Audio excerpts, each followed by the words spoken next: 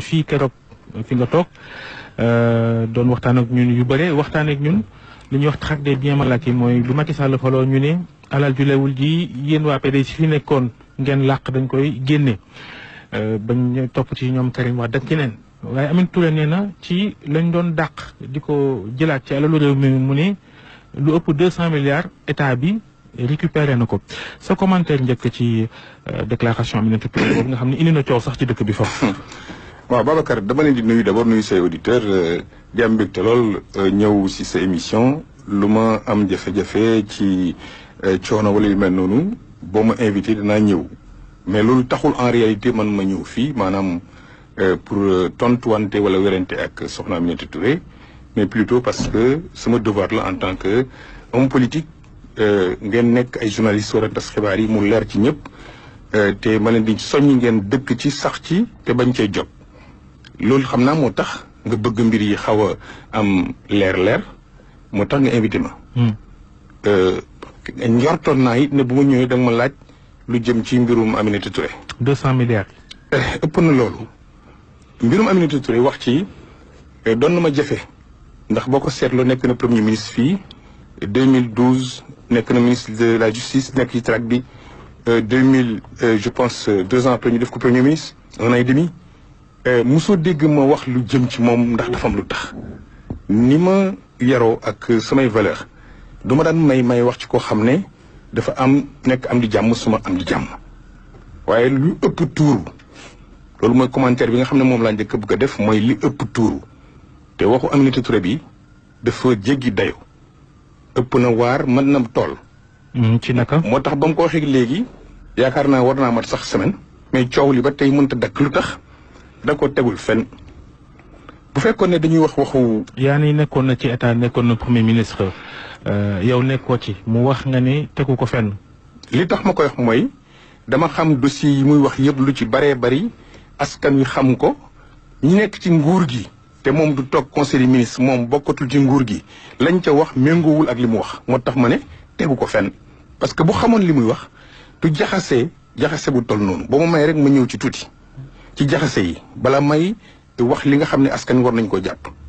du ma yegg sax ci chiffre yoo xam ne dañ koy maanaam natable benn jaxase bi nga xam ne moo ci gën a fës mooy nga jël alal ji nga xam ne ay urus la ak ay or ak i jamaa yu demee noonu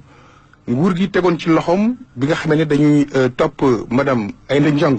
lu jëm ci benn dossier ministère urbanisme muy affaire yaakaar naa lu jëmoon ci affaire produit phytosanitaire ñu jël alal jooju évalué ci ñoom seen première déclaration ne 47 milliards la ba ñu demee atte ba atte bi jeex yoon ba mu yegg cassation te ñaari yoon waxoon nañ ko delloo ay alalam 20 milliards 900 millions lañ mujj seen expert ñoom bu ñu tànn ne loolu la alal ji toll. kon madame Aminata Touré bu bëgg a jël alal joo xam ne dafa bokk ci procès boo xam ne ça n'a rien à voir ak les biens mal acquis boole ko ci dossier boo biens mal acquis ba pare. chiffre bi sax mënu ko xam. damay nee na bien mal acquis waaye itam ci biir yoo xam ne reddition des comptes. dama ne lu leer laa wax mooy 47 milliards du 20 milliards. ku xam li ngay wax doo jëlee dara 47 milliards te mu nekk 20 milliards. ngay wax askan wi di leen ëlëm. parce que compte bi mu def mooy 245 milliards mu tibbee ci loo xam ne 47 milliards dafa mel ni 47 milliards yi Singapour yi mooy dellusi mais dinaa def bu Aïda Ndiong bi ci côté moo wax beneen. mais moom nekkoon na ministre de la justice xëy na bu waxee waxul noonu rek daf ci am ay firnde am na lu tax mu wax du rek wax joo xam te wax ju ñuy sànni la wéruwul fenn comme ni nga ko yaakaaree. dama ne wax jooju bu ko waxee rek jàppal ne Aminata Touré mu ngi xooxal Macky Sall comme moo nekkoon ministre de la justice nekk premier ministre ñu dàq ko ci gouvernement bi defuñ ko lu di ko yónnee ay ngénte ak ay xew dama ne bu fekkee dem na bay yëkkati dossier bu mel noonu Macky Sall wax ne dossier yëpp à part bu Karim Wade moom moo ci teg loxoom ba kenn doon leen atte kon dafa mel ni bu ko wax président ne ko maa ngi fii ci koñ bi de. boo ma fàttee man fàttewuma dossier yi nga xam ne yaa ngi teg ci code bi noonu rek laa ci jàpp mais xamul dara ci li muy wax lu dul bëgg rek. yow pour yow mu waxam ji Macky Sall la ko jubal. mais wax joo xam ne amul bopp amul genn ñu ngi koy waxal mën nañ laa dégg mën nañ laa xam mën nañ werante journaliste yi war nañu mën a gëstu ba xam li nga wax du dëgg soo ko waxee dafa yaa ngi politique te bu koy politique rek te fi ñu toll Aminata Touré situation politique am mooy dafa am problème ak partem dafa am problème ak Macky Sall mi nga xam ne moo ko indi Sénégal mu koy jàppale parce que entre nous nag man foog naa ne maa ngi gëj a wax dégg waxu Aminata Touré depuis ay élection xaw ma 94 xaw ma 93 yooyu ñu toog ba mu yàgg président war a ñëw campagne mu ànd ak moom falu ñu dawal tuuti mu nekkoon numéro 2 partem amuloon naatable ñu toog ba léegi bokkatul ci dara dama ne buy wax waa partem lay waxal dafa leen di xuuxal beneen bi mooy li nga xam ne du dëgg nee na Karim Wade dañu jël ci compte Monaco tudd na ba tudd ay xawma ñaati milliards foog naa 50 milliards la Monaco Karim Wade compte Monaco 1 milliard 300 millions lañ fa fekk yoo xam ne bàyyam muy Ablaye Wade moom moo wax ne xaalisam la moo ko jox mu def ko foofu à supposé sax Karim moo ko moom à supposé du dëgg ngay méngale 50 milliards ak 1 milliard 300 beneen bi nga xam ne moo am solo Sénégal yi war a ko jàpp fa mu tàmbalee moo naan AIBD dañ ko négocier négociation baaxul ñoom ñu ñëw defaraat négociation bi ñu jëlee ci 100 milliards ci négociation AIBD dañ koy sos 230 milliards lañ koy évaluer am na ay avenant maanaam ay contrat yoo xam ne dañ koy yokk amul benn contrat de travaux boo xam ne doo am avenant parce que da ngay dem ba ci biir gis loo xam ne bokkuloon ci cahier de charge yi comme exemple bi ñu war a indemniser ñu nekkoon waa Ndiass comme exemple ñu fekk fa ci gas ba fekk fa loo xam ne mu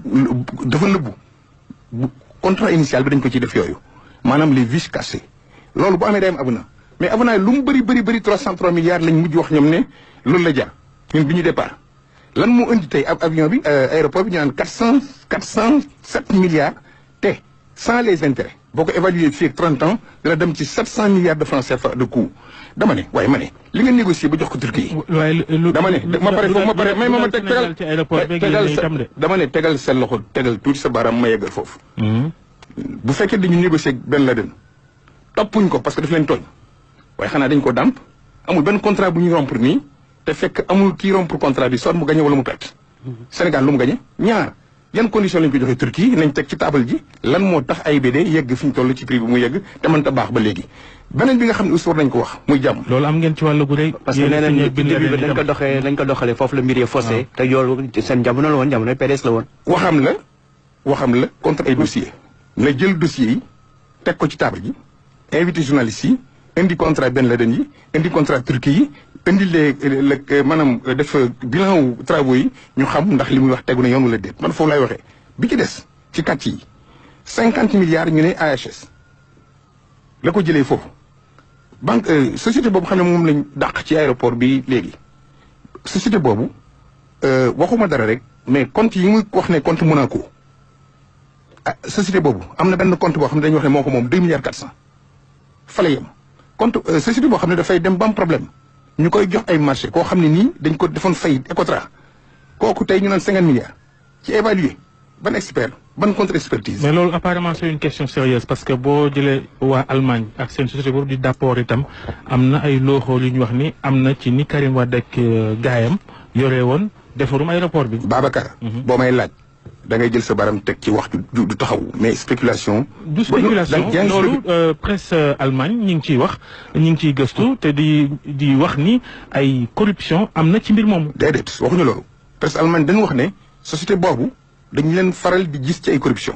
te liggéeyu ñu Sénégal dañuy dem Sénégal jàmbar càmbar xool ndax Sénégal lañ fa def aussi amul corruption wax boo koy wax da nga koy waxee ni nga xam ne moom lañ ko bindee te mu bañ a nekk ay parparloo ñaareel ba wax ji du d'apport wax ji du d'apport wax ji Aminata Touré la ak wax ju rëy yi mu fi wax Moustapha Niasse bi nga xam ne mooy président assemblée nationale bu fekkee dañu wax ne dañuy jëlee xaalis war moom ñu ne assemblée jot na xaalis nguuru Sénégal buñ ko mayee dara sax. attention Babacar je termine foofu. professionnel parlement je termine xam nga luy affaire loi des finances xam nga lu mel ni ay alamaan ak consignation ak yooyu ñu ngi mel ni policier bi amende kenn ci tali bi duñ jël 2000 francs wala 6000 francs bi borom oto bi di fay naan da nga koy dugal ci ay loi de finances rectificative. da nga xamul nag. ma wax la nag comme ça da nga ne parlementaire la kay ma wax la nu muy demee. dañuy autoriser taxes yi président de la République à collecter des taxes à hauteur de.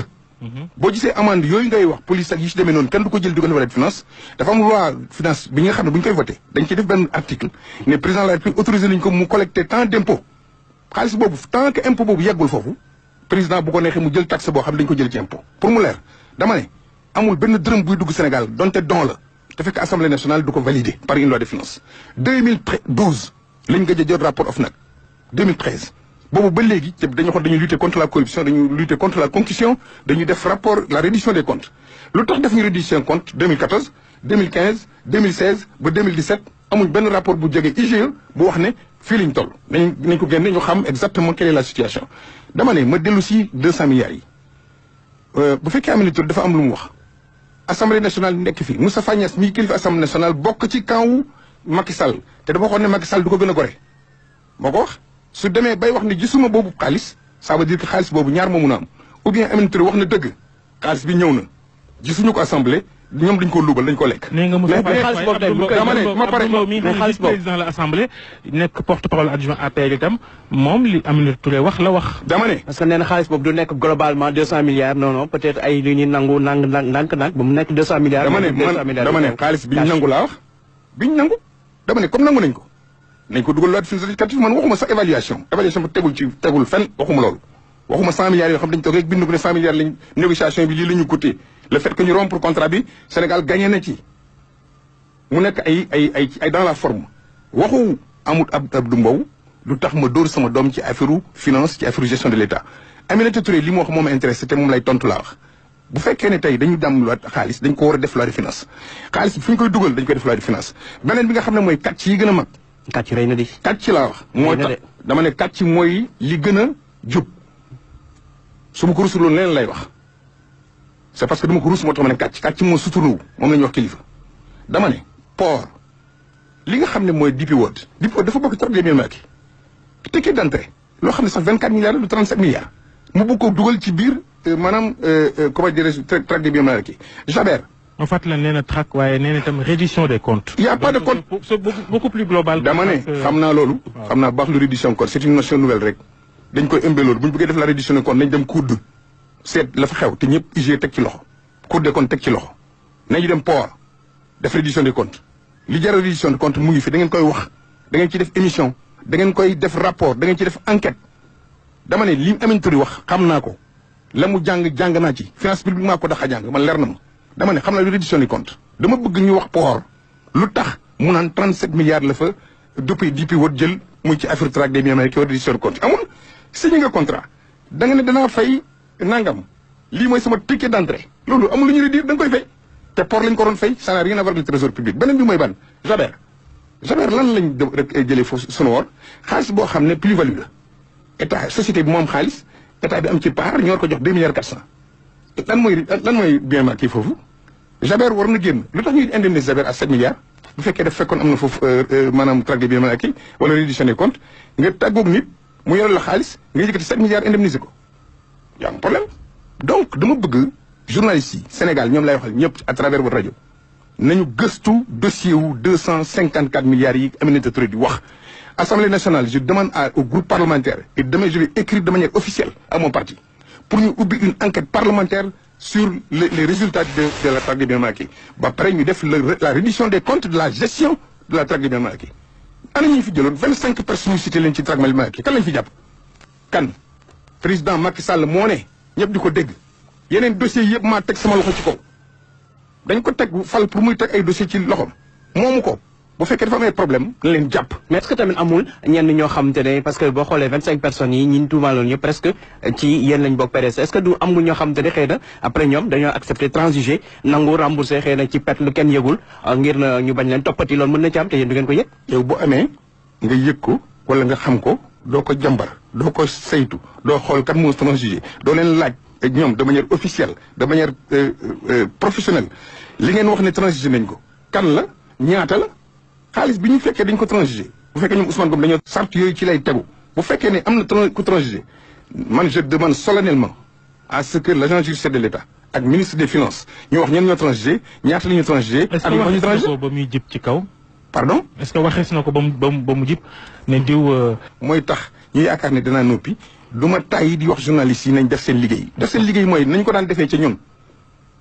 xam nga def nañu fii loo xam ne fii. gaa yi wàccuñ loolu. ñu ngi def seen liggéey. loolu askan wi ñoo koy sa wax la ak sama wax askan wi ñoo koy atte dama gëm ne man ba tey xam nga man ngay liggéeyal journaliste man lay liggéeyal man je suis pas satisfait tant que am na benn Sénégalais bu satisfait wul ci li nga xam ne jàpp nañ ne mooy liggéey journaliste ci yenn liggéey yi nga xam ne def nañ ko man bañuma ñu diingat kuy nguur mosu leen ma dégg ñi daan wax naan journaliste dañu war a damm seen plume ak temps yi nekkee aux affaires déedéet parce que dama xam lan mooy seen rôle ci système démocratique dama ne système boobu laa bëgg ngeen wéyal dama bëgg mu sax seen job la laa wax. loolu naa ko bind ci nag journaliste lañ mës a nekk ci la ñuy nekk saa su ne. dama ne waxal sa bopp te bul wax waxi jàmbur bu fekkee ne da nga cee ne gàcce ngaalaama mais man mënuma layal ñi ca des mënuma layal ñëpp boog laa wax parce que dama ne la quasi totalité xam nga loolu mooy am na ñoo xam ne jug nañu ñaata yoon laa toog ci fii wax ne am na journalistes yoo xam ne dama bët ci seen liggéey ba tudd leen am na ñu ma mere sax di ma téléphoné lu tax nga tuddoo ma ne ko maa ngi xaar ba gis nga def lu koo ko def ba pare dañu bëgg loolu dama ciy dellu si bu fekkee débat boobu da nga ko bëgg a posé Babacar li ñu bëgg ci yéen mooy seen cër 4e pouvoir boobu ñuy wax man dama ko gëm am réew bu journaliste yi taxawee ñiy gérer nguur gi te dañu bàyyi xel ne lii kat lu fi defu siiwu fi parce que siiwul mais politicien aussi rapport politicien aussi ak journaliste journal wala rajo yéen kaay waxul ci ni réew mi doxee fi ñu toll ni xam nga itam waxtaan fa dëgg ci réew mi ni muy doxee jamono buñ fi jëlee journaliste ne ko ràpp ci kaso bi arrêté ko journaliste yëpp dañuy taxaw ñun suñ politiciens yi nga xam ne ñun ñoo am intérêt ngeen exister dañuy taxaw kon bu leen ragal loolu gaañaa ngi seen gannaaw mais policier yi intérêt rek lay wéyee bu fekkee ne journaliste wax na lu ko arrangé mu ne tàccu bu ko arrangé wul mu ne noonu ki deful liggéeyam là aussi du noonu waaw parce que xam lu tax politicien bi koy wax mooy politicien bi gis lu ne fàng loo xam ne biddiw bëccëg la mu terminé biddiw bëccëg mu ne fàng journaliste bi xam ne lii mu ne fàng mu ne tekk gis nga ce qu'on appelle le mensonge par omission maanaam duy fen waaye da ngay noppi bañ a wax dëgg noppi bañ a wax dëgg la te nga xam. jërëjëf Babacar Gaye porte-parole PDS jërëjëf El Hadj Ndiogou Diène RFM matin bopp koñ. ay boy